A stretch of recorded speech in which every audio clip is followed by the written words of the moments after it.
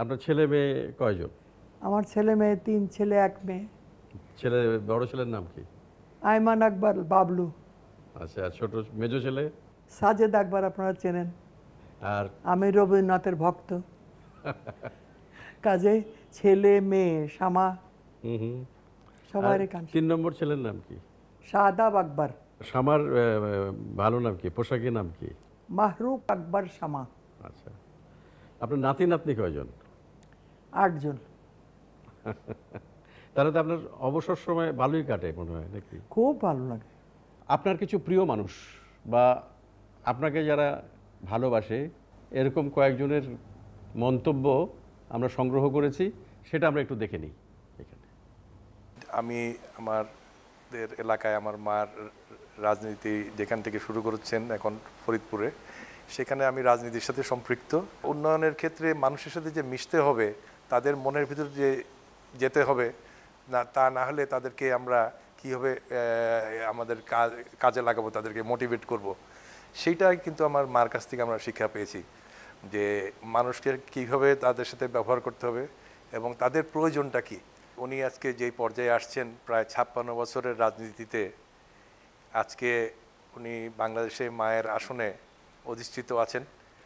আমি সবার কাছে দোয়া চাইব যাতে ওনার কাজ যেন উনি আরও এগিয়ে নিতে পারেন এবং সুস্থ থাকেন, এই দোয়া আমি আপনাদের কাছে চাইব। মার সঙ্গে আমার একটা আলাদা সম্পর্ক, সেটা হচ্ছে রবীন্দ্রনাথ।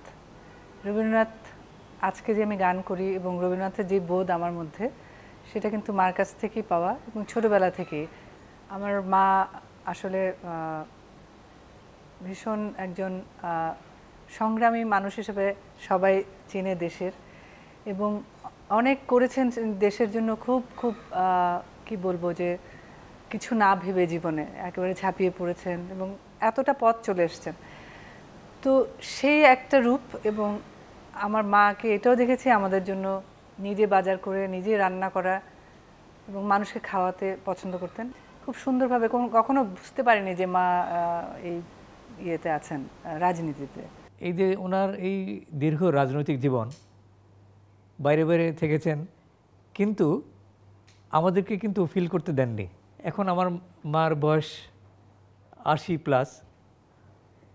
এখনও ঈদের সময় জিজ্ঞেস করে যে তোমার কি কাপড় চোপড় কেনা হয়েছে।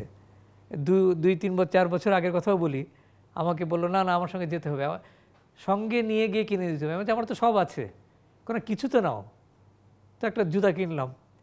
তো এটা কিন্তু অনেক বড় পাওয়া। বাড়ি কখনোই একা বা খুব আলাদা করে তাকে আমি দেখিনি। মাঠে ঘাটে যেমন তিনি ছিলেন খুব সাধারণ মানুষের সাথে, জনসাধারণের সাথে, ঘরের ভিতরের গণ্ডিটাও কিন্তু অনেকটা সেরকমই আমি দেখেছি। এখানে যে আত্মীয় স্বজন পরিবেষ্টিত, নিজেদের ভাই বোন, একদম খুব বৃহৎ আঙ্গিকে আত্মীয় স্বজন তারা সবসময় পরিবেষ্টিত দেখেছি।